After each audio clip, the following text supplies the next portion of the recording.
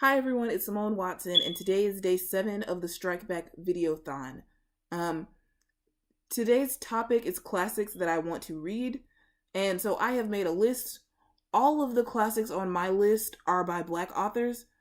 Um, that is because what I really want right now, one of the things I really want right now is to read more books that are classics in Black literature. I am going to be spending certain months of this year only reading books by Black authors. And I want books that can make me feel the way that Invisible Man by Ralph Ellison made me feel. And just like the experience of like being a Black person is captured in these books. And so that is, yeah, that's how kind of this list came to be. So the first book on my list is Native Son by Richard Wright. I have read the preface to this and a little bit of the book, and then I stopped because I was reading a bunch of other things. So, but this is about a Black man. He's about 20, I think, in the 1930s.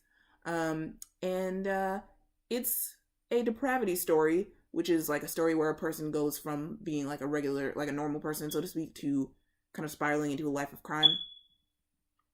This is like that. It is a depravity story, and it definitely deals with Blackness, while it is also dealing with like this man's descent into crime. So, yes. Also, I read the preface of this book. I believe it's good. It's a good idea to read this preface, but I don't know if everyone's version of the book has this preface. But it's so interesting because he says some stuff in the preface that I was like, yes. Richard Wright said some things. One of the things he said in the preface is that he was a little bit nervous writing a book about an angry Black man because he was nervous that some people who already had the stereotype of Black men being violent and angry would be like, see, Black men are angry and violent. And he also was afraid that other people who were trying to resist that stereotype would be like, come on, Richard Wright, why'd you play into that stereotype? So it's just really thought-provoking to think of like how he had to kind of weigh that possible backlash against like what he was trying to do with the story. And it is just wow. Like, it's just wow. Yeah, so I recommend that preface. And if the preface is that good, the book is probably really good. So, second on my list, I wrote James Baldwin's books. Yes, James Baldwin is very important in the discussion of African American literature, and I read a little bit. Another book that I've read a little bit of is his book, Go Tell It on the Mountain. I read a little bit of it and I put it away. I stopped reading it because I just felt really, really emotional and kind of sad, and I just wasn't really ready for like the way that book hit me. But it's not a bad thing. It's just that I wasn't ready for it. And so I do plan to pick that back up soon. And the way that it hit me, I was like, dang, like, this is some good writing. Like, you know, if a book hits you like that, a lot of times it's very well written. So I will probably pick that back up. And probably some of James Baldwin's nonfiction as well. The Fire Next Time, is that I think that's nonfiction. So I'll probably pick that up. I cannot say The Fire Next Time. In my mind, time always gets the stress. The Fire Next Time. Like, I always say it like that. I don't know why. So,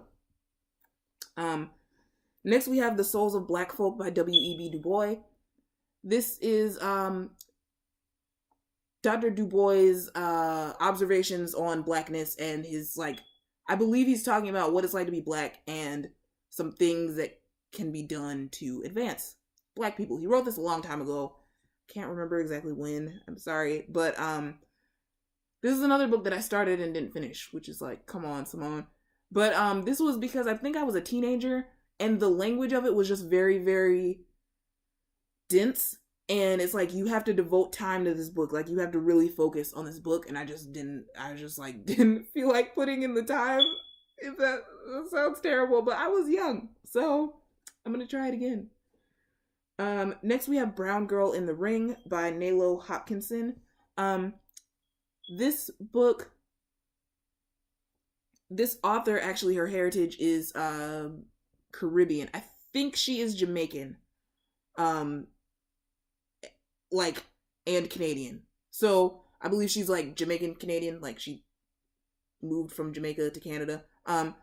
So this book, I have, from what I've seen on Goodreads, it deals with Caribbean culture, and Canada. And so she is probably the only author on this list that is not African American. But this, I really do want to see Caribbean culture dealt with in a sci-fi, which is what this is. So, and just everything, a lot of the ways it's been described, have been really good. So I'm not sure if the book is old enough to be called a classic, but it's definitely widely lauded. So probably. Next, we have Kindred by Octavia Butler. This one is, anytime you talk about sci-fi by Black authors, Kindred is going to be in the conversation almost definitely. So this is about a Black woman who gets transported back in time to when slavery, like the time of slavery. So yeah, it just looks really interesting, and so much has been said about this book, and yeah, I just kind of want to see, like, I want to see what's going on with it, and because it is considered so historical and everything. So by historical, I don't mean it's a historical fiction, which it is kind of, but I mean it's historical. It's like a novel in like the existence of it is historical. So anyway, yes. Then we have Song of Solomon by Toni Morrison. I've never read anything by Toni Morrison before. She is definitely, well lauded as an author. And in the conversation of African American literature, again, she is considered quite important. This book is about a guy who, I guess he's like traveling around to different places, and I'm not sure exactly how to describe it, because it's one of those things where, yeah, like he's going around to different places and talking to people, but it's like, I think I would have to read it to really understand like what, more in detail. It may not be the typical like narrative structure that I'm used to, if that makes sense. And lastly, we have Incidents in the Life of a Slave Girl by Harriet Jacobs. Harriet Jacobs was a slave in the U.S. She escaped. I'm not sure when she escaped exactly, but she wrote this book, and I believe it came out in 1861. And so this one, I've seen it mentioned recently in the comments of a video. I think the video was from Brown Girl Reading.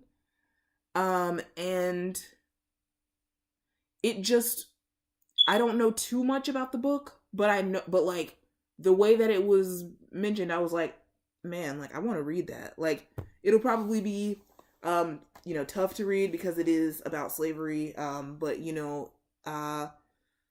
it's going to be really good. I really want to know more of slavery from the perspective of people who went through it.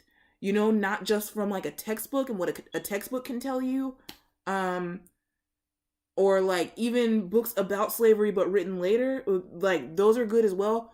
But I want to read more books about slavery from people who went through it, because that's really where you're going to learn, in detail firsthand. Like that's where you're going to get the most, I guess, like accurate sense of like what it was really like. So, yeah, thank you so much for watching. If you have read any of these books or want to read any of these books, please let me know in the comments, and I will talk to you tomorrow. Bye.